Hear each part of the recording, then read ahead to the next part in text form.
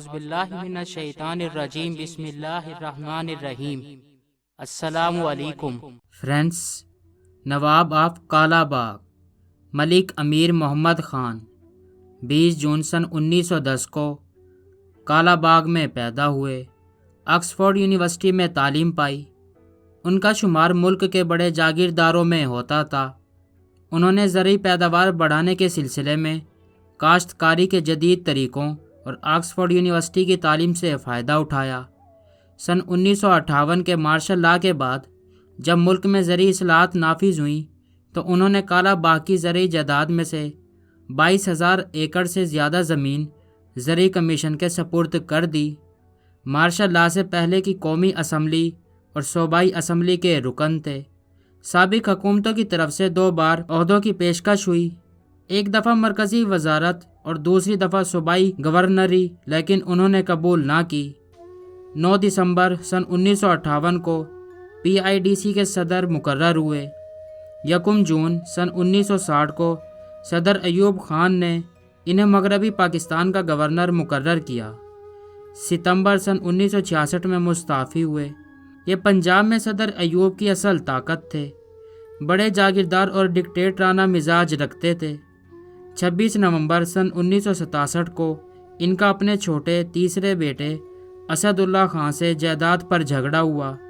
نوبت یہاں تک پہنچی کہ انہوں نے اپنے بیٹے پر فائر کیا، جس کے جواب میں بیٹے نے 5 گولیاں مار کر انہیں قتل کر دیا۔ دوستو، بھیگے بادام اور گاجریں، نواب آف کالا باغ ملک امیر محمد خان کی صبح جسم و جاں میں توانائی کے خزانے بھر دینے والی ان نعمتوں سے شروع ہوتی تھی۔ 26 نومبر سن 1967 کی صبح بھی نواب کے ذاتی ملازم خدا بخش معمول کے مطابق ان کے کمرے میں داخل ہوئے۔ سجی سجائی سینی ان کے سامنے رکھی اور باہر آ کر سیڑھیوں پر بیٹھ گئے۔ معمول یہ تھا کہ نواب صاحب جیسے ہی گاجر کا آخری ٹکڑا چبا لیتے، ملازم کو بلا کر برتن اٹھا لینے کی ہدایت کرتے، لیکن اس روز معمول میں کچھ فرق آ گیا۔ اس روز کچھ گاجریں اور بادام ابھی باقی تھے کہ خواب گاہ کے باہر شور سنائی دیا۔ پتہ چلا نواب صاحب کے 2 فرزند دروازے پر کھڑے ہیں اور کہیں جانے کے لیے نواب صاحب کی جیپ طلب کر رہے ہیں۔ نواب صاحب نے چابی ان کے حوالے کر دی۔ جیسے ہی چابی ان کے ہاتھ میں آئیں، وہ دونوں گاڑی کی طرف جانے کے بجائے خواب گاہ کے دروازے کی طرف بڑھے اور ہجانی انداز میں اسے کھولتے ہوئے اندر داخل ہو گئے۔ نواب صاحب کے بورڈ والے بنگلے میں، جہاں وہ کبھی سعودی عرب کے شاہ فیصل، ایوب خان، اسکندر مرزا، ذوالفقار علی بھٹو، امریکی خاتون اول مسز روز ویلٹ سمیت کئی دوسری عالمی شخصیات کی میزبانی کر چکے تھے، گزشتہ کئی روز سے کشیدگی کے آثار تھے۔ سوانح نگار سید صادق حسین شاہ کے مطابق نواب صاحب کے 2 بیٹوں نواب زادہ مظفر خان اور نواب زادہ اسد خان کی اپنے والد کے کمرے میں یہ گستاخانہ انٹری اسی کشیدگی کا تسلسل تھی۔ شور پر ملازم کمرے میں گیا تو نواب صاحب کی آواز آئی، اے کے پے کرندے ہو، یعنی کہ ارے کیا کر رہے ہو۔ نواب زادہ مظفر نے انہیں بالوں سے پکڑ کر صوفے پر پٹکا اور کہا، کسی کو بتایا تو اس سے بھی برا حشر کروں گا۔ گولی لگنے کے بعد نواب صاحب قالین پر اوندے منہ گر چکے تھے اور ان کے جسم سے خون بہہ رہا تھا۔ عینی شاہدین کے مطابق دونوں بیٹے اس وقت تک کمرے میں موجود رہے جب تک روح نواب کے جسم سے پرواز نہیں کر گئی۔ نواب زادہ اسد خان سے پوچھا، جو اپنے والد کے قتل کے الزام میں نامزد رہنے کے بعد عدم ثبوت کی بنا پر بری ہو چکے تھے۔ نواب زادہ اسد نے سوانح نگار کے سوال کا براہ راست کوئی جواب دینے کے بجائے کہا کہ ان کے تو اپنے والد سے کوئی اختلافات نہ تھے، البتہ بھائی نواب زادہ مظفر خان کو ان کی پالیسیوں سے کچھ اختلاف تھا، جس کا اظہار وہ برملا کیا کرتے تھے۔ نواب صاحب گورنر کا منصب چھوڑ کر واپس کالا باغ پہنچے تو صورتحال کو اپنے لیے ناخوشگوار پایا تھا۔ کچھ ایسے اشارے تھے کہ وہ اپنی جائیداد اپنے بیٹوں کو منتقل کرنے کے بجائے براہ راست اپنے پوتوں کے نام کر دیں گے۔ یہی اختلاف تھا جو ان کی جان لے گیا۔ یہ شخص جو یوں ایک صبح بے بسی کے ساتھ مارا گیا، کبھی اتنا طاقتور تھا کہ مغربی پاکستان میں اس کی اجازت کے بغیر پتہ تک نہیں ہلتا تھا۔ دوستو، نواب آف کالا باغ اپنے اصولوں پر ساری زندگی قائم رہے۔ ایک سخت گیر ڈکٹیٹرانہ عظیم شخصیت تھے۔ 23 مارچ سن 1940 کو منٹو پارک میں قرارداد پاکستان کے موقع پر آپ ہی وہ واحد شخصیت تھے جنہوں نے اتنا چندہ اکیلے دیا جتنا کہ گراؤنڈ میں موجود پوری عوام نے دیا تھا۔ قائد اعظم محمد علی جناح کے پوچھنے پر کہ یہ کون جناب ہیں تو ممتاز دولتانہ صاحب نے بتایا کہ یہ ملک امیر محمد خان نواب آف کالا باغ ہیں، جس کے بعد قائد اعظم نے اپنے ساتھ والی کرسی خالی کروائی اور آپ کو اپنے پاس بٹھا کر عزت بخشی۔ فیلڈ مارشل جنرل محمد ایوب خان نے آپ کو اپنا منہ بولا بھائی بنایا ہوا تھا۔ ایوب خان آپ کی ذاتی شکار گاہوں میں آپ کے ساتھی شکار کیا کرتے تھے۔ سن 1961 میں ملکہ برطانیہ الزبتھ دوم جب سرکاری دورے پر لاہور آئیں تو نواب صاحب سے بھی ملاقات کی۔ جب ملکہ نے نواب صاحب سے ہاتھ ملایا تو نواب صاحب نے یہ کہہ کر ہاتھ نہیں ملایا کہ یہ ہماری مشرقی روایات کا حصہ نہیں ہے کہ ہم خواتین سے ہاتھ ملائیں۔ نواب آف کالا باغ خواتین کے پردے کے سخت پابند تھے۔ جب بھی گھر کی خواتین بازار یا شہر جاتیں، بازاروں کو بند کروا دیا جاتا، لوگوں کا منہ دیواروں کی طرف کرنے کا حکم دیا جاتا۔ حالانکہ خواتین مکمل برقعے میں ہوتی تھی، جس کو ٹوپی والا یعنی کہ شٹل کاک برقع کہا جاتا ہے۔ لیکن اگر آج اس خاندان کی خواتین کی بات کریں تو نواب صاحب کی پوتیاں بڑھ چڑھ کر الیکشنز میں حصہ لیتی نظر آتی ہیں۔ ایک دفعہ سکندر مرزا نواب آف کالا باغ سے ملنے بہڑ بنگلہ تشریف لے کر آئے۔ سکندر مرزا کی بیوی نے نواب صاحب سے کہا کہ میں زنان خانے میں جا کر خواتین سے ملنا چاہتی ہوں۔ نواب صاحب نے کہا کہ ہماری گھر کی خواتین پردہ کرتی ہیں۔ ناہید مرزا نے کہا کہ میں بھی تو عورت ہوں، مجھ سے کیسا پردہ؟ تو نواب صاحب نے کہا کہ اے بی بی، تمہاری جیسی عورتوں سے بھی پردہ ہے۔ ایک دفعہ شاہ ایران کے اعزاز میں ہونے والے شو میں پاکستانی سلور سکرین کی نامور اداکارہ اور ڈانسر نیلو بھی مدعو تھیں۔ اس تقریب کے میزبان نواب صاحب تھے۔ ڈانسر نیلو کو علیحدہ پرائیویٹ میں ڈانس کرنے کا حکم دیا گیا۔ نیلو نے حکم ماننے سے صاف انکار کر دیا، جس کو نواب نے اپنی بے عزتی سمجھا، جس کے بعد ڈانسر نیلو کی زندگی جہنم بنا کر رکھ دی گئی۔ یہ واقعہ بھی پورے ملک میں بہت مشہور ہوا۔ اسی موقع پر مشہور شاعر حبیب جالب نے اپنی شورِ آفاق نظم لکھی: تو کہ نا واقف آداب شاہی تھی، رقص زنجیر پہن کر بھی کیا جاتا ہے، تجھ کو انکار کی جرت جو ہوئی تو کیوں کر، سایہ شاہ میں اس طرح جیا جاتا ہے۔ نواب آف کالا باغ اتنے خوددار تھے کہ انہوں نے اپنی گورنری کی پوری مدت ایک بھی روپیہ تنخواہ نہیں لی، بلکہ پورے گورنر ہاؤس کا راشن بھی بذریعہ ریل گاڑی کالا باغ سے منگوایا جاتا تھا۔ دوستو، ایوب خان نے ایک دفعہ اقوام متحدہ کی جنرل اسمبلی کے اجلاس میں نواب صاحب کو ساتھ چلنے کے لیے کہا۔ نواب صاحب نے جواب دیا کہ میں اس پگڑی، دھوتی اور مونچھوں کے ساتھ اقوام متحدہ گیا تو مذاق اڑے گا۔ ایوب، میں نے تمہارے ساتھ نہیں جانا۔ نواب آف کالا باغ ڈکٹیٹر ایوب خان کے سب سے مضبوط بازو تھے۔ عوامی شاعر حبیب جالب کی ایک اور مشہور نظم ایسے دستور کو صبح بے نور کو میں نہیں مانتا، میں نہیں جانتا، اس وقت ہی لکھی گئی تھی۔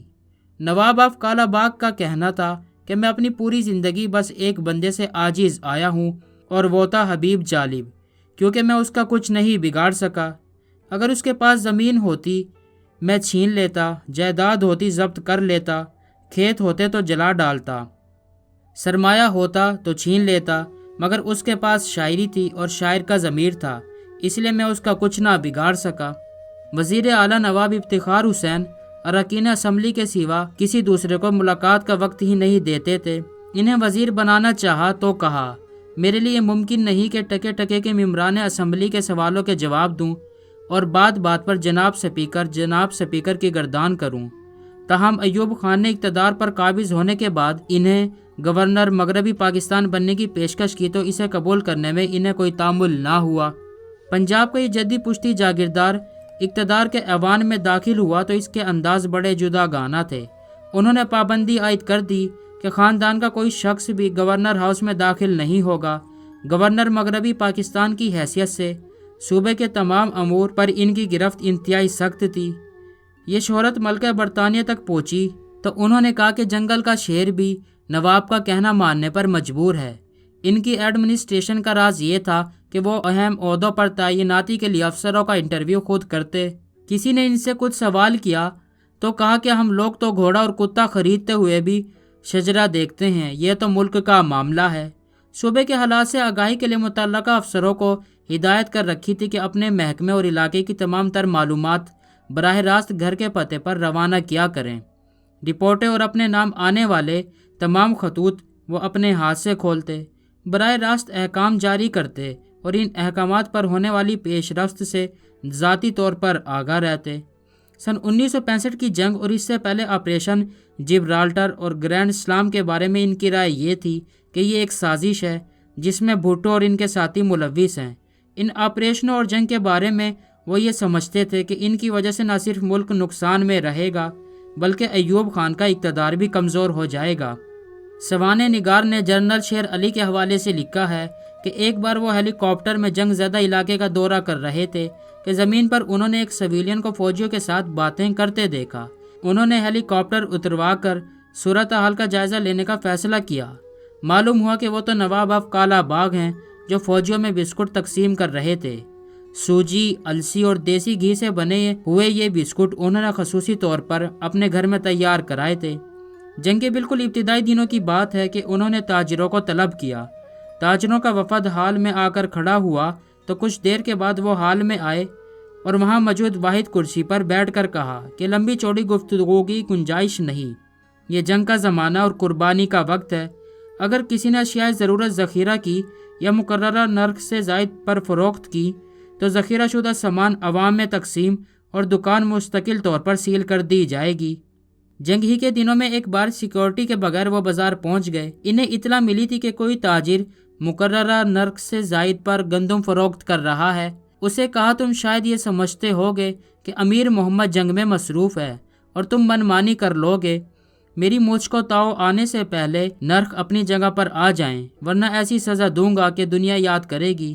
دل و جان سے ایوب خان کا ساتھ دینے کے باوجود ان سے برملا اختلاف بھی کر لیا کرتے تھے۔ سن 1963 میں جماعت اسلامی کے ایک جلسے میں فائرنگ ہو گئی جس میں ایک کارکن اللہ بخش جاں بحق ہو گیا۔ ان کے سوانح نگار کے مطابق اس واقعے نے انہیں الجھن میں مبتلا کر دیا تھا کیونکہ مولانا مودودی سے ان کے دوستانہ تعلقات تھے۔ نواب صاحب مولانا کی کتابوں کے مستقل قاری تھے اور ان کے تحقیقی مجلے ترجمان القرآن کے خریدار تھے۔ ایوب خان سے اختلافات اور گورنر مغربی پاکستان کے منصب سے استعفیٰ ایک ایسا واقعہ ہے جس سے نواب آف کالا باغ کے زوال کی ابتدا ہوئی۔ دونوں رہنماؤں کے دوران کشیدگی کی ابتدا اس واقعے سے ہوئی جب نواب صاحب نے ایوب خان کو کراچی میں گوہر ایوب کی سیاسی و غیر سیاسی سرگرمیوں کی طرف متوجہ کیا، جس پر ایوب خان نے جھنجھلا کر کہا کہ کیا میری اولاد کو پاکستان میں رہنے کا کوئی حق نہیں۔ دوسرا واقعہ ان کے علاقے کے خاتون کے اغوا کا تھا جس میں ایوب خان کے عزیز ملوث تھے۔ نواب صاحب نے یہ بات براہ راست ایوب خان سے کہی۔ کچھ دنوں کے بعد لڑکی تو واپس آ گئی لیکن دونوں خاندانوں کے درمیان سرد جنگ شروع ہو گئی۔ گورنر جنرل موسیٰ خان نے ضلعی انتظامیہ خاص طور پر پولیس کو یہ ہدایت کر دی تھی کہ ان کے کام نہ کیے جائیں، انہیں پروٹوکول تو بالکل نہ دیا جائے۔ نواب صاحب کے قتل کے بعد صورتحال بدل گئی۔ ان کے خاندان کی گرفت اگرچہ کالا باغ کی سیاست پر تا دیر برقرار رہی لیکن ان کے مخالفین مزید متحرک اور منظم ہو گئے، نواب صاحب کے زمانے میں جس کا تصور بھی نہیں کیا جا سکتا تھا۔ سن 1976 میں نواب زادگان کے خلاف اس عوامی لہر کی شدت میں بتدریج اضافہ ہوا جس کا پہلا بڑا سیاسی نتیجہ سن 1985 کے غیر جماعتی انتخابات میں سامنے آیا۔ ان انتخابات میں نواب صاحب کے صاحبزادے نواب زادہ مظفر خان کے مقابلے میں مقبول خان نیازی بھاری اکثریت سے کامیاب ہوئے۔ سیاسی زوال کے اس وقفے کے بعد 2002 کے انتخابات میں یہ خاندان ایک بار پھر ابھر کر سامنے آیا جب نواب صاحب کی پوتیاں عائلہ ملک اور سمیرہ ملک قومی اسمبلی کی رکن منتخب ہوئیں۔ ان کے بعد نواب صاحب کا ایک پڑ نواسہ بھی سن 2013 کی قومی اسمبلی کا رکن منتخب ہوا۔ نواب صاحب کے زمانے کو لوگ اب بھی الف لیلوی داستانوں کی طرح یاد کرتے ہیں۔ لوگوں کو بوہڑ والے بنگلے کی رونقیں بھی اب تک یاد ہیں جہاں نواب صاحب کچہری لگاتے اور فیصلے کیا کرتے تھے۔ اس دوران ان کے مصاحبین اور کارندے حسب مرتبہ خاموش بیٹھے یا کھڑے رہتے۔ کچہری میں ہی ریچھ اور کتے کی لڑائی برپا کی جاتی۔ ضرورت مند براہ راست سوال نہ کرتے، ان کے کارندوں کے ساتھ کھڑے ہو کر گانا شروع کر دیتے۔ نواب صاحب سمجھ جاتے، مسکراتے اور کسی کو اشارہ کرتے اس کا منہ بند کرائے۔ سوالی کا گھر دانوں سے بھر جاتا۔ اب وہ باتیں کہانیاں بن چکی، خواب و خیال ہو گئیں۔